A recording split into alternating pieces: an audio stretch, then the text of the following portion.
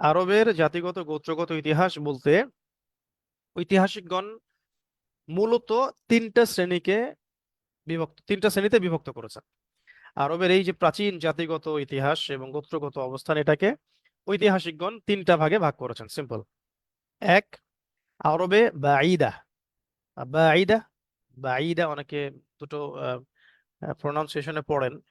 তা আরবে বাঈদা এটা একটা বিশুদ্ধ প্রনাউন্সিয়েশন। আরবে বাঈদা, বাঈদ মানে হচ্ছে দূরে, তাই না? ঠিক আছে, বাঈদ মানে কি? দূরে।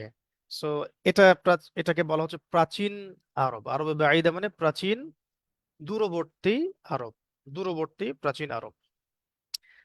তো দূরবর্তী আরব বলতে যে আরবদের ইতিহাস মানে এখন মিটে গেছে, বা তাদের অস্তিত্ব এখন নাই, যারা পৃথিবী থেকে চলে গেছেন, একেবারে ধ্বংসপ্রাপ্ত সভ্যতা হয়ে গেছেন, তাদেরকে মূলত আরবে বাঈদা বলে, প্রাচীন দূরবর্তী আরব বলা হয়। যেমন আল কোরআনে কয়েকটা নাম স্পষ্ট আছে, যেমন আদ জাতি, থামুদ জাতি। আদ জাতির নবী ছিলেন হুদ আলাইহিস সালাম, থামুদ জাতির নবী ছিলেন সালেহ আলাইহিস সালাম। হ্যাঁ, এই দুটো জাতি স্পেশালি। তারপরে আহ, জাদিস একটা জাতি ছিল। তারপরে আবিল, হাজারামাউত, এইরকম কিছু জাতি আরবে বাঈদের মধ্যে অন্তর্ভুক্ত ছিল, স্পেশালি আদ এবং সামুদ। দ্বিতীয় শ্রেণী হচ্ছে আরবে আরিবা। আরবে আরিবা, আরবে আরিবা বলা হয় মূলত কাহতানি আরবদেরকে, কাহতানি আরবদেরকে। এটা নিয়ে আমি একটু বিস্তারিত একটু পরে কথা বলছি ইনশাল্লাহ।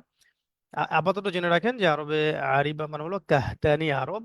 কাহতানি আরব মানে হচ্ছে ইয়াশজুব ইবনে ইয়ারুব আল কাহতান। ইয়াশরুব, সরি, ইয়াশজুব, ইয়াশজুব ইবনে ইয়ারুব ইবনে কাহতানের বংশধর। নামটা কঠিন। ইয়াশজুব ইবনে ইয়ারুব ইবনে কাহতানের বংশধর, বংশধর যাদেরকে কাহতানি আরব বলা হয়। আচ্ছা, এটা 2 নাম্বার জেনে রাখলেন।